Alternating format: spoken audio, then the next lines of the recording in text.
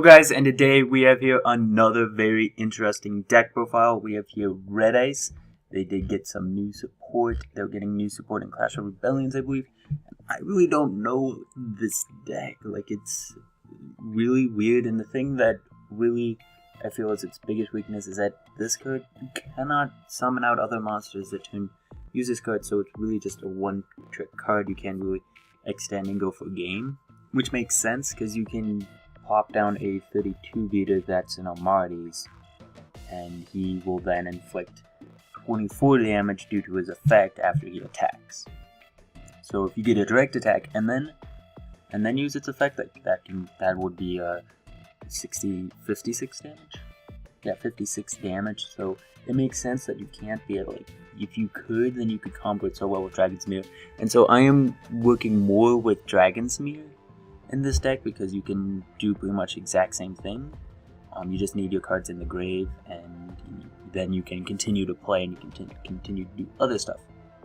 So for the thing is, you do need to run 2 Red Ice and 2 Summon Skulls. You need that in the deck because in order to fusion summon from your deck, you need to send normal monsters, and the Geminis are not considered normal monsters while they are in the deck. So you have to send these guys. So it's really nice to be running some vanilla cards in a deck. And then of course we run the all-famous Red Ice monster, Red Ice Darkness Metal Dragon, 1 BOS, 1 Dark Arm Dragon. Dark Arm Dragon is just amazing in this deck because with Dragon's Mirror, I have yet to summon him, but with Dragon's Mirror, you can get him off. There's no way you should have problems with too many darks in your grave. This gets rid of 5, this gets rid of 2, 2, 2, and yeah, 2. So you can easily just summon out Dark Arm at any point. 1 Gorse to protect us from OTKs, and it is a level 7, so it helps us with holding 7 plays. For the first of the Geminis, we had Red Ice Black Flare Dragon. Really wish they kept the B, just the B period. And if you normal summon it, which you will never do, but if you do, at the end of the battle phase, if this card attacked or was attacked, you can inflict damage to your opponent equal to this card's original attack. So that is just a note. And then the Summon Skull Red Eyes monster effect is you can destroy all face-up monsters with defense lower than this card's attack. Reminds me a lot of this one, I think it's Garlandorf, the one ritual monster. He has a very similar effect, something like that. And then we have some millers. We have 3 Raiden, 1 Lila, and 3 Lumina, just to continue to mill and just get cards in your graveyard. You shouldn't have too much problem with running outer monsters because this card will be really, really good. And I'll talk about his effect later. And then Kree Bandit can get us our spell cards, so that is very nice. And then this guy's really good. You can tribute him, and he can be normal summon or special summon with 1 for 1, which is really good. You can only use one of these effects per turn, by the way. You can tribute this card to summon out a Red Ice monster from your deck, so that could be your this guy or this guy for the most part, because you want the level 7s. And oh wow, this guy actually has, you can't summon out Summon Skull, but you can summon out this guy who does have more attack, but you probably want the rank 7s. And then if this card is in your graveyard, you can shuffle a Red Ice monster back into the deck and then add this card from your hand, so that pretty much sets you up for the next turn. So it's really, really good. You can just use it. The only problem is you can run out of monsters because you can manage them with Dragon's Mirror, so that could be a thing, but you shouldn't. The game should end before you run out of monsters. Solar Recharge just lets us draw more cards. I feel there is a huge consistency thing with this deck. It's just really weird how it plays. 1 for 1 lets us summon out our Blackstone of Legend, Rejeki, 2 Dragon Shines, which is pretty much just a giant foolish for 2, because these guys are treated as normal monsters in the graveyard, so that means you get to send another dragon type monster, such as one of the original Red Eyes, which are also normal monsters, so you can send them. So that is something to note. And then Dragon's Mirror just lets us banish from our side of the field or graveyard. It's pretty much a miracle fusion to summon out a Dragon Fusion monster, which we have down here. And then Red Ice Fusion lets us fusion them from deck, and again, you cannot normal or special summon monsters except by this card's effect, and the turn you activate this effect. So that is something to note. Foolish Burial, and then 2 charge of the Life Upgrade recently put up to 2. So that is really good, just lets us mill through and then add our Raiden or Lila. to a hand where we can then go off. And for the extra deck, we're running plenty of fusion monsters.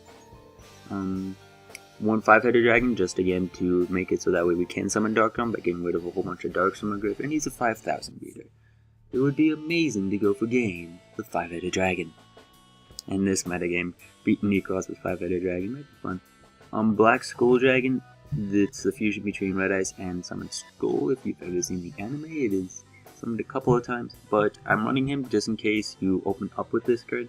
You really don't want to summon out this card because you want to attack with this card. You want to attack, and you don't want to risk your opponent just one-on-one or ejecting it. And so if you feel like you want to do some deck thinning, you can just make a Black Skull Dragon and be like, I have a 32 beater. Not the strongest 32 beater, but I have a 32 beater. That is treated as an Archfiend card for some reason. And then we have Black Dragon Archfiend.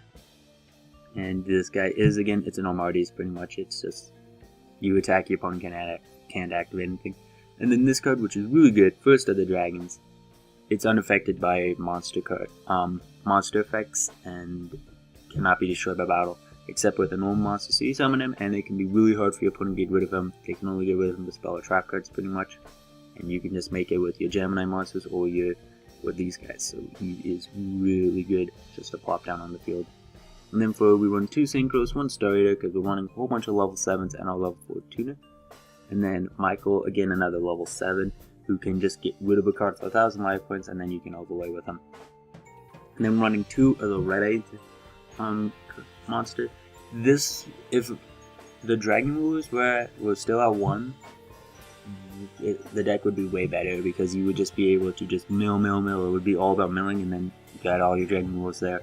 And then you just banish them. Eclipse Graven would work way more better in the deck because you'd have the Dragon Rulers to banish him. So you'd be able to get your Dark on your Red Eyes, and it'd just be so good. And you just make this card over and over again because you can detach 1 XYZ material, target a Red Eyes normal monster, graveyard special summon it. These 2 are level 7s, so you can make use 2 of the Dragon Rulers, and then make this card, and then make use this guy to summon out another one. So you can just keep on summoning out rank 7s for days. I don't feel the Dragon Rulers should have gotten hit like they did. That is just bad. And then of course we run the 1 Draco Second and the 1 Big Eye. And for rank 4s we run Green Dragon Jin, 101, and Castel, which really you don't need. These are still left over for when I was playing the baby dragons.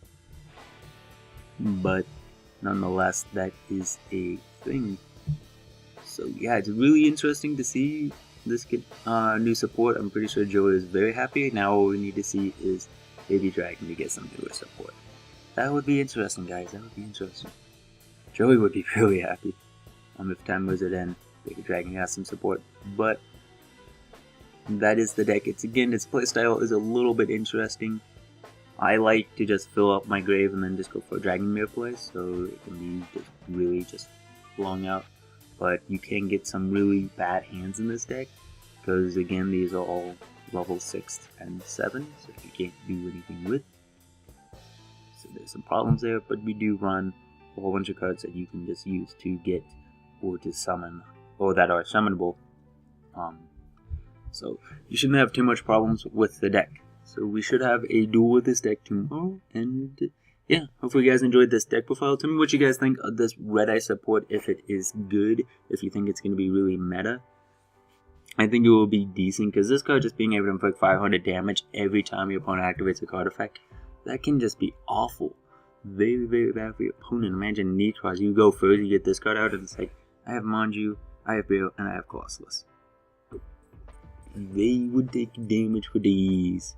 Oh, until they summoned out Unicorn. So again, hopefully you guys enjoyed this deck fun. Don't forget to leave a like, comment, and subscribe.